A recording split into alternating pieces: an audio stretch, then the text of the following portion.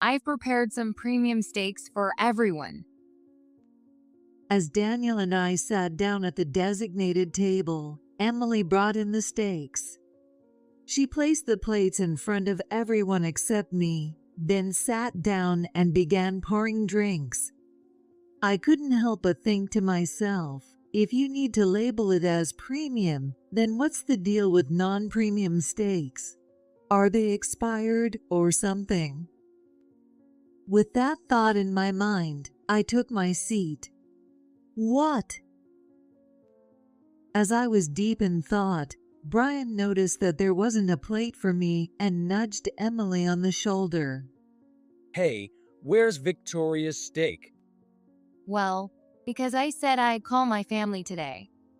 Victoria isn't really family since she's not your biological mother, right? Don't be ridiculous.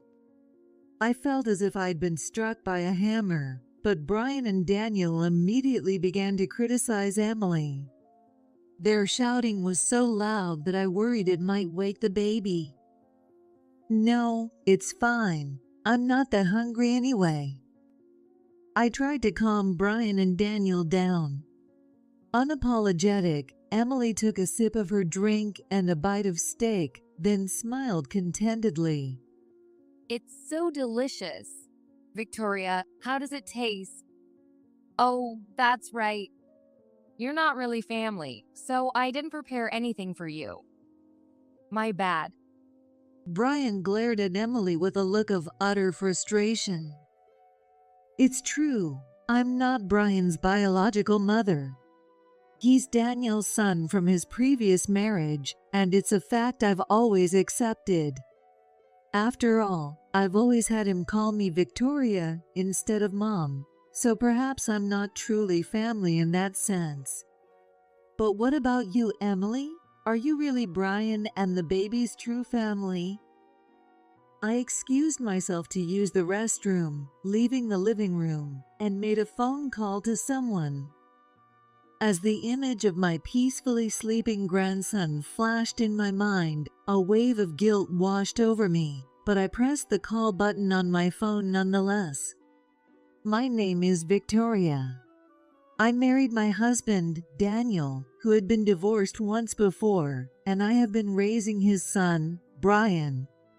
I first met Brian when he was 7 years old, and even then, he was a sweet, well-behaved child who quickly warmed up to me. When I officially married Daniel, I made a point to have a serious conversation with young Brian. You don't have to call me Mom, just Victoria is fine. At first, my parents were against the idea of me remarrying a man with a child, but as they got to know Daniel, they came to understand and accepted our relationship, allowing us to live happily as a real family. Now that Brian is an adult, he's moved out of our house and settled nearby. He rented an apartment just a few blocks away from us, and I couldn't help but think, why not just live at home with us? A man's got to do what a man's got to do. But Daniel said with a knowing look, what do you mean by a man's got to do what a man's got to do? Are you saying women don't have their own struggles? No, that's not what I mean. Men have their challenges, and so do women. Yeah, even dogs and cats. They have their own things too. After Brian moved out and became independent, my life got much easier, and I had a lot more free time. Daniel runs an interior design company, and he's been working with our son Brian to eventually pass the business on to him. As a housewife, my favorite pastime is sitting on my favorite sofa with a book after I see Daniel off to work in the early morning and finish my chores. However, to be honest, I've never really enjoyed reading that much. I've always found that just a few pages in, my eyelids get heavy, and I start to feel sleepy. In fact, I read mostly to help me fall asleep, so I do feel a bit guilty toward the authors of those classic literary works that end up being my bedtime aids. That's why I sometimes borrow children's picture books from the library to mix things up.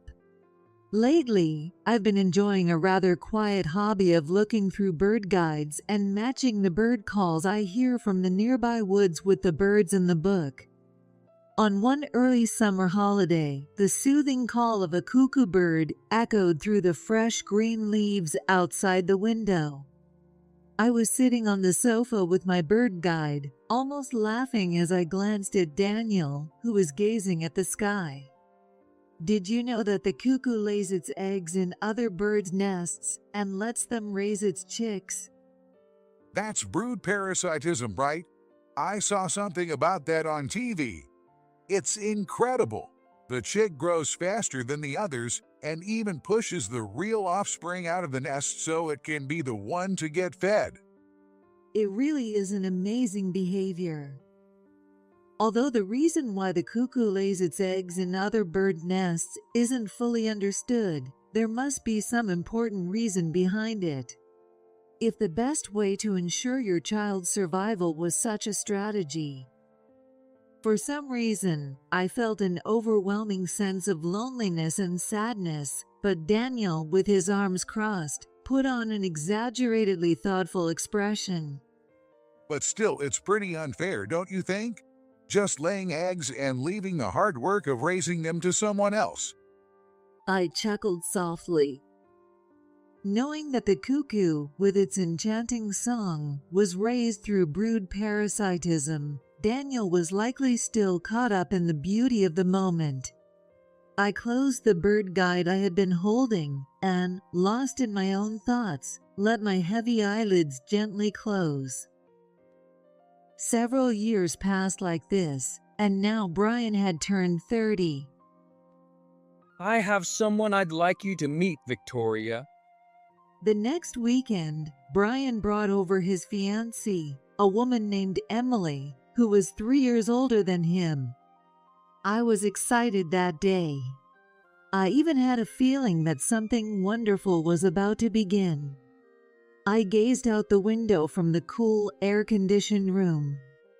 The sunlight was probably so intense that the green plants in the neighborhood might have been crying out in distress. It was an extremely hot Sunday in the middle of summer. Emily brought what looked like an expensive treat as a gift, neatly packed in a bag from a well-known department store, and handed it to me without saying a word.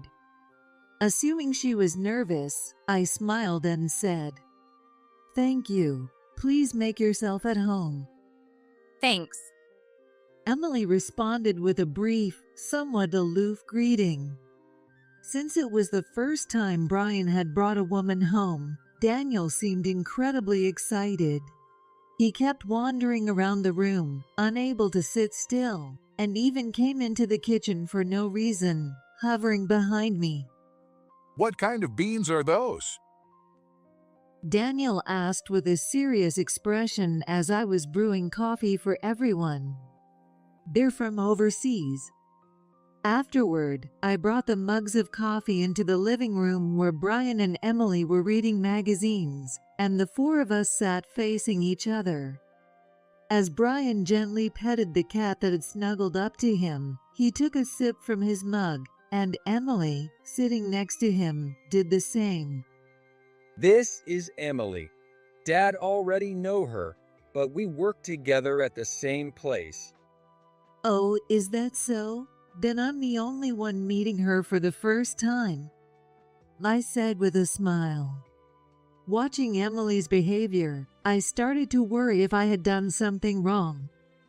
Emily seemed restless, glancing up at the ceiling as if bored, and occasionally taking her phone out of her bag. This was my first time meeting Emily. Yet, she remained silent without even introducing herself. What could this mean? Sensing my unease, Daniel quickly added, Actually, Victoria, Brian had talked to me beforehand about this. As it turned out, this visit wasn't just to introduce Brian's girlfriend. They were also here to announce that Emily was pregnant. The pregnancy had come as a surprise, But Brian, who loves children, was overjoyed and immediately proposed. Naturally, this led to the decision to meet each other's parents right away, which is why we were all together today. To be honest, I wasn't really thinking about marriage yet, so I'm not sure what's going to happen from here. Emily spoke in a vague, almost detached manner, as if this were someone else's situation. I tilted my head slightly. Maybe this wasn't a planned pregnancy. Emily is still young, and perhaps she hasn't fully realized what it means to become a parent. As a more experienced woman, I wondered if there was something I could do to help. If you ever need anything, I'm here to help. After I said that and gave her my warmest smile, Emily glanced at me, then with a somewhat tired expression, shifted her gaze to the window and let out a small sigh. You know, you seem a bit fake. Hey, Emily. What? Do you have a problem with that? It's not like I even want to get married. I'm only doing this because Brian insisted. Brian slumped his shoulders, silently apologizing to me with his eyes. Daniel also shrugged and looked down. I couldn't help but think that Brian had chosen a rather difficult person as his fiancée. Emily's assertiveness seemed less like strength and more like a desire to dominate the marriage from the start. Well, if Brian is okay with it, then so be it. Anyway, the three of us, me, Emily, and the baby, are going to do our best as a family. So please continue to let me work at your company, Dad. Brian's serious expression already bore the weight of someone ready to be the head of a household. Seeing him like this reminded me of the little boy he once was, and I felt a warm tear slip down my cheek. Such a phony. Emily muttered, but everyone pretended not to hear. Emily stopped Brian from introducing her again and instead began boasting about her background. She proudly shared that her parents ran a successful business, which was doing so well that they had left most of the operations to their employees and had already retired. She participated in extracurricular activities like piano, swimming, and art classes from a young age. She also indulged in elite experiences such as violin lessons and horseback riding. These activities seemed more about flaunting wealth than anything else. She went on to mention that she excelled in school and graduated from a prestigious university that everyone knew. So, Victoria, which university did you graduate from? Emily asked with a slight, mocking smile. Judging by her expression, I suspected she already knew from Brian that I hadn't attended college. Well, it's true that not having a degree has always been a bit of an insecurity for me, which is why I've been desperately reading all sorts of books to broaden my knowledge. Glancing at the pile of unread books stacked in the corner of the room, I forced a small, rueful smile. I didn't go to college. My family was a bit poor, so I had to start working. Oh, I see.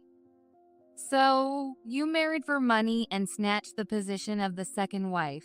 Impressive. Emily laughed heartily, holding her stomach, but Brian quickly scolded her harshly. Stop it. That's disrespectful to Victoria.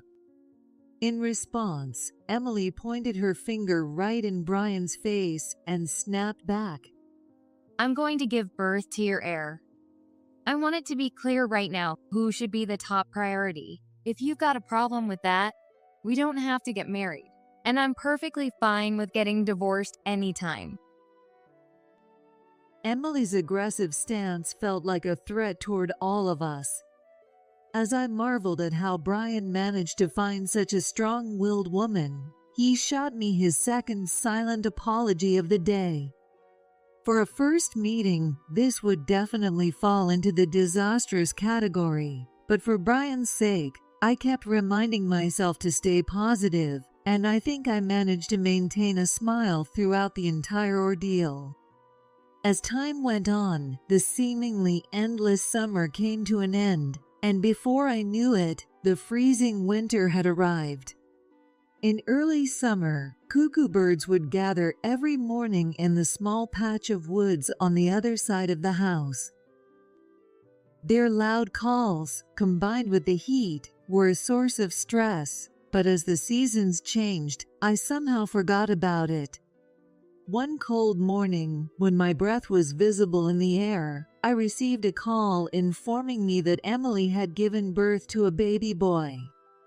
Brian's voice on the other end of the line was full of excitement, and he was practically shouting, unable to express the overwhelming emotion of becoming a father. The baby's here. He's here, Victoria. Calm down, I told Brian, trying to help him regain his composure. I'd like to visit this Sunday, so keep your schedule open. A few days later, I decided to head to the department store alone to buy a gift. Knowing how strong-willed Emily is, no matter what I give, she'll probably make some snide comment. I had the staff wrap a luxurious set of baby clothes from a well-known brand and began my journey home. On the way back, I happened to pass by Brian and Emily's house, where I saw a man I didn't recognize ringing their doorbell. I intended to walk by without paying much attention, but when I saw Emily come to the door and chat cheerfully with the man, I felt an odd sense of unease and discreetly took a photo with my phone. When Emily invited the man inside, I couldn't shake the uneasy feeling in my chest. The following Sunday, I visited their home with a gift to celebrate the birth of my first grandchild. Brian greeted us with a joyful expression and led us to the baby's crib. Daniel and I gazed at our grandson, commenting on whom he resembled, his eyes, his nose, as he lay quietly in the crib. I've prepared some premium steaks for everyone. As Daniel and I sat down at the designated table, Emily brought in the steaks. She placed the plates in front of everyone except me, then sat down and began pouring drinks. I couldn't help but think to myself, if you need to label it as premium, then what's the deal with non-premium steaks? Are they expired or something? With that thought in my mind, I took my seat. What? As I was deep in thought, Brian noticed that there wasn't a plate for me and nudged Emily on the shoulder. Hey, where's Victoria's steak? Well, because I said I'd call my family today. Victoria isn't really family since she's not your biological mother, right? Don't be ridiculous. I felt as if I'd been struck by a hammer, but Brian and Daniel immediately began to criticize Emily. Their shouting was so loud that I worried it might wake the baby. No, it's fine. I'm not that hungry anyway. I tried to calm Brian and Daniel down. Unapologetic, Emily took a sip of her drink and a bite of steak, then smiled contentedly. It's so delicious. Victoria, how does it taste? Oh, that's right. You're not really family, so I didn't prepare anything for you. My bad. Brian glared at Emily with a look of utter frustration. It's true, I'm not Brian's biological mother. He's Daniel's son from his previous marriage, and it's a fact I've always accepted. After all, I've always had him call me Victoria instead of Mom, so perhaps I'm not truly family in that sense. But what about you, Emily? Are you really Brian and the baby's true family? I excused myself to use the restroom, leaving the living room, and made a phone call to someone. As the image of my peacefully sleeping grandson flashed in my mind, a wave of guilt washed over me. but I pressed the call button on my phone nonetheless. After a while, the doorbell rang. While Brian and Emily exchanged puzzled glances, neither of them moved, so I went to the door and opened it. It's been a while. I greeted the visitor and invited her into the house. As I led her into the living room, Daniel and Brian were left speechless, their mouths hanging open. Oh, Sarah, why are you here? The person I had called was Sarah, Daniel's ex-wife and Brian's biological mother. Sarah and Daniel had divorced not because of hatred, but due to their demanding careers as business owners, which left little time for family. I had known this since I met Daniel, and I had even asked him not to sever ties with Sarah for Brian's sake. Over time, the four of us developed a relationship where we could even share meals together, fully aware that this was far from conventional by most people's standards. So when the topic of Brian's marriage came up, Sarah herself suggested that it would be better for appearances if we stopped seeing each other for a while. Emily, who had never met Sarah, was clearly baffled and didn't know how to react to this unexpected guest. Without any preamble, Sarah carefully laid a few photographs on the table for everyone to see. In the photos, Emily was arm in arm with a young man who was not Brian, both smiling warmly. This is you and your ex-boyfriend, right, Emily? Recognize him? Her tone was sharp. Sarah's voice, though questioning, carried an air of certainty that filled the room with tension. What? Who are you? Is spying on people your hobby? Ignoring Emily's provocative attitude, Sarah calmly took out a card holder from her jacket, pulled out a business card, and handed it to her. Emily glanced down at the card, her expression changing dramatically when she saw that in addition to Sarah's name, it also identified her as a private investigator. She frowned deeply and glared at me suspiciously. Emily then shot me a look that seemed to ask if I had hired a private investigator, before quietly sitting back down and crossing her arms. You must have a lot of free time on your hands, Victoria. Hiring a private detective to get pictures of me running into my ex-boyfriend completely by chance. I might add, and acting like you've won something. That must have made you really happy. It's true that these photos alone don't prove infidelity. Sorry about that. If you really wanted steak that badly, you could have just said so. Sarah's expression didn't change. She maintained her role as a private investigator, refraining from mentioning that she was Daniel's ex-wife, and continued to present her findings in a matter-of-fact manner. To summarize, this is what Sarah revealed. Emily was indeed still involved with her ex-boyfriend. Their relationship had never ended, and it had continued even after she got engaged to Brian. In fact, there was never a real breakup between them. When Sarah revealed that the ex-boyfriend's name was Mike, Emily flinched for just a moment, but quickly glared at Sarah. So what? Sarah concluded with a very elegant smile. But you know, I gave Mike a little money and asked him to share some details. He had some really interesting things to say. Emily's face twisted with fear. As I watched her expression, it felt as though the warm, heated room suddenly grew cold. The person responsible for this chill continued her explanation with a confident smile, and I already knew what was coming. I had already heard this before. Mike, after getting some money, confessed that he is the real father of the child you had with Brian. That's a lie.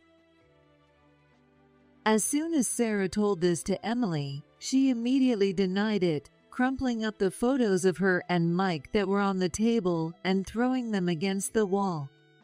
Fine, I admit I was dating Mike. But to give him money and then believe whatever nonsense he says, and use that to insult me. This is defamation, you know? Then you're saying that the baby is really Brian's? Can I trust you on that? You're the worst stepmother ever, Victoria. I never want anything to do with you again. Brian, you better take control of Daniel's company as soon as possible. Emily screamed hysterically. I leaned closer to Brian and whispered in his ear, "Bring me the baby's health record." Brian looked at me with a pained expression, searching my eyes for my true intentions. After a moment, he sighed in resignation, stood up, and retrieved the health record from a drawer, handing it to me.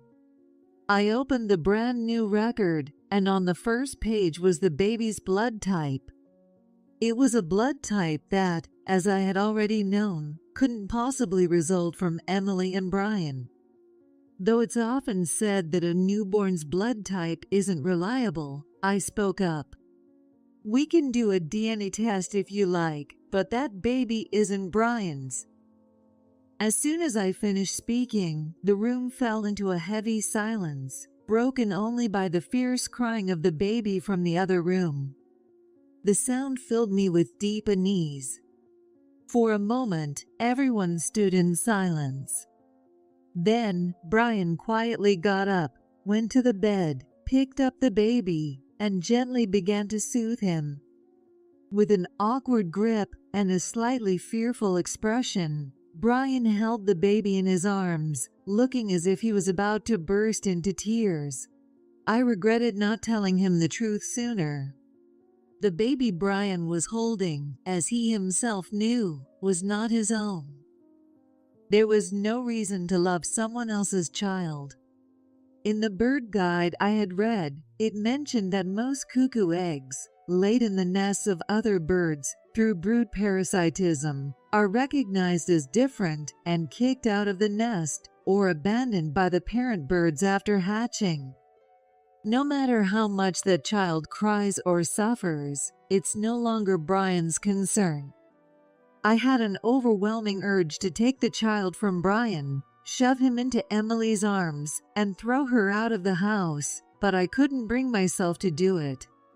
I was torn by this inner conflict. Sarah continued to reveal more about Emily. Emily was not, as she had claimed, the daughter of a company president. In fact, her parents didn't even have steady jobs. Moreover, her parents were addicted to gambling, and because of her poor upbringing, Emily hadn't even properly attended college. She had been instructed to lie extensively to her friends and deceive them, leading to her relationship with Brian. From the very beginning of their relationship, Emily had been lying about being the daughter of a wealthy family. From the first time I met Emily, I had never been impressed by her manners or speech, and I had always found something suspicious about her. But thinking about how much Brian was looking forward to the birth of their child, I couldn't bring myself to investigate her background earlier. Brian, who had been quietly soothing the baby until now, finally placed the now sleeping child gently back into the crib. He held the baby's tiny hand for a moment, deep in thought, before slowly letting go. Were you planning to make me raise Mike's child? Wait a minute. This is insane. You're all trying to set me up, aren't you? I don't even know for sure. Maybe it really is your child, right? There's a chance. So, there's also a chance it's Mike's child? As Emily struggled to find an answer, Brian turned to Sarah. You have it ready, right?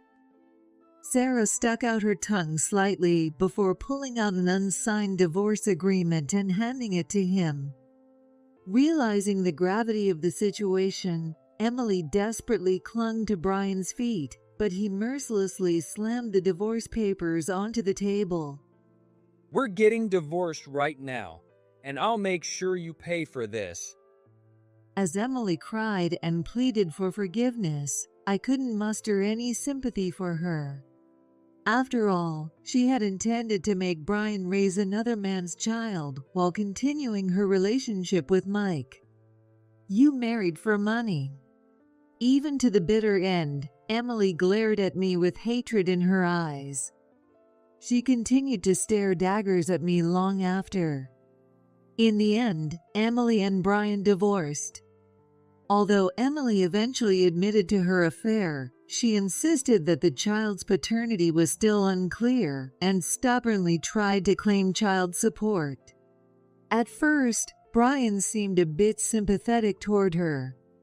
If you leave someone like her hanging, she'll just come back. After that, he decided to take a firm stance. The DNA test later revealed, without a doubt, that the child was not biologically Brian's. At that moment, I felt something, perhaps a sense of conscience, begin to dissolve quietly. The skilled lawyer that Sarah arranged demanded a large sum in alimony from Emily.